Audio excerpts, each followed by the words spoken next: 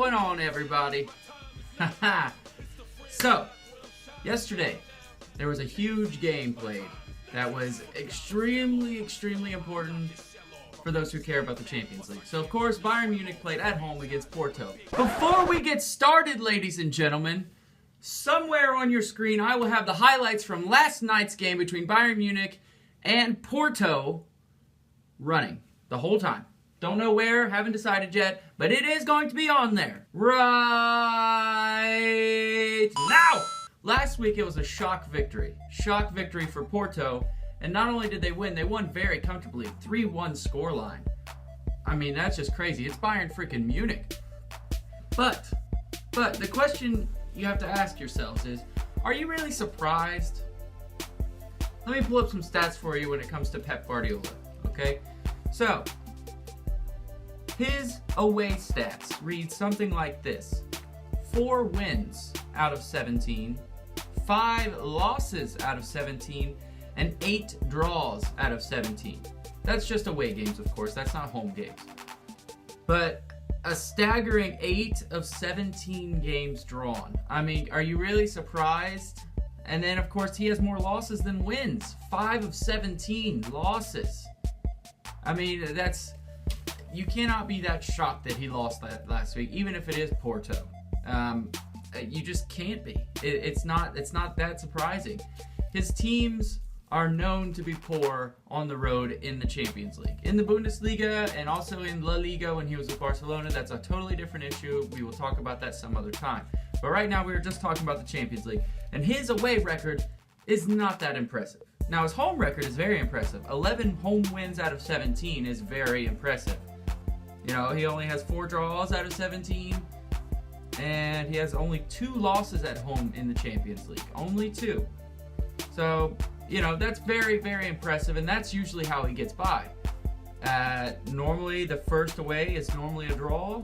The first away game is normally a draw, and then he kicks it on at home. That's just how he plays, and he's not the only one. In my opinion, the best manager in the world is Jose Mourinho, and that's exactly how he does it. He treats the away game like it's meant to be the biggest defensive show in the entire world.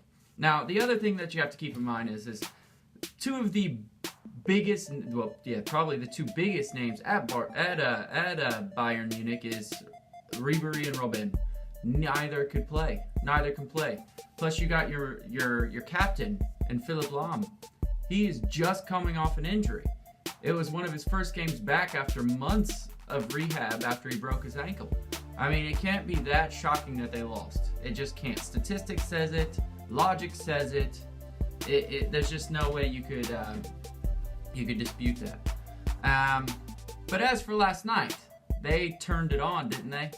I mean, 6-1's pretty damn impressive, even if it is just Porto. I mean, 6-1 in a Champions League is just it's crazy. So before I actually talk about last night's game, as far as, you know, what was great about it, first of all, I'm not his biggest fan, obviously, but I have to say, Pep, congratulations on 6 semifinal appearances. Now, you might be saying only 6 or something like that. Well, you have to keep in mind that he's only been a coach in the Champions League 6 times. Every single year he has coached, he has taken the team to a semi-final, 1 step away from the final in the UEFA Champions League. It's impressive. It is impressive. There are questions I have about him as a coach. There are things that I don't like about him. And in general, I think he is hyperly overrated. Just relentlessly overrated. But that does not mean that he's not an elite level coach, and that does not mean that he's not a fantastic manager. It just means that I have a differing opinion than a lot of people. But yes, 6 semifinal appearances out of 6 as a coach is very impressive.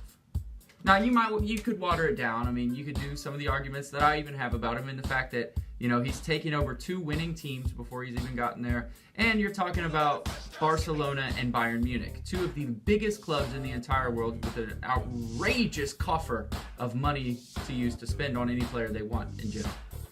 So, yeah, but for me, regardless, 6 semifinal appearances in 6 tries, it's impressive. You can't deny it. Great job, Pep Guardiola.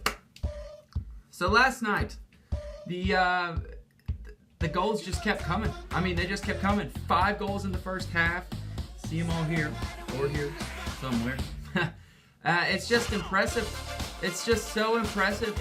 I mean, the cross from Vignat, or however you pronounce it, I don't speak Spanish, I'm sorry, into the box from Vignat, and then Thiago puts his melon on it. I mean, it was a thing of beauty.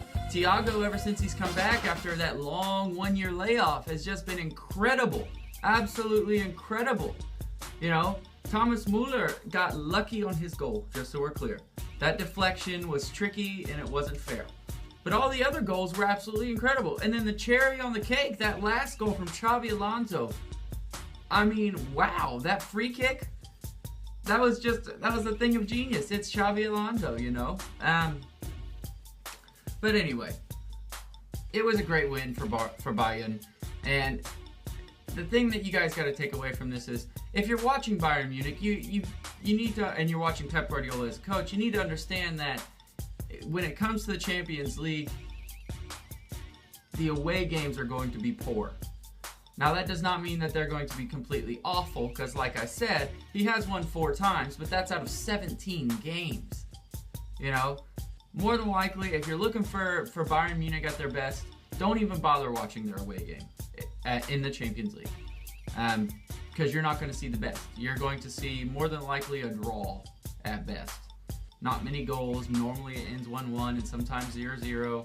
It's just not what it's not the entertainment you're wanting to see. But yeah, in my opinion, where do they go from here? Well, the question is can they get Robin and Ribery back? Yes, they did beat Porto at home last night very comfortably, but that does not mean that they have enough quality up front to continue that against a bigger team like Real Madrid, Atletico.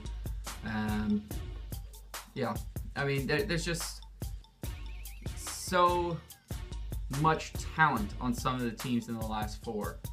Just wait, it'll be crazy. I think Barcelona would be a good test for them.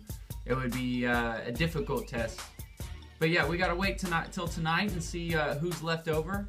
And my guess is that Real Madrid is going to probably win, but I would love it if Atletico could upset them.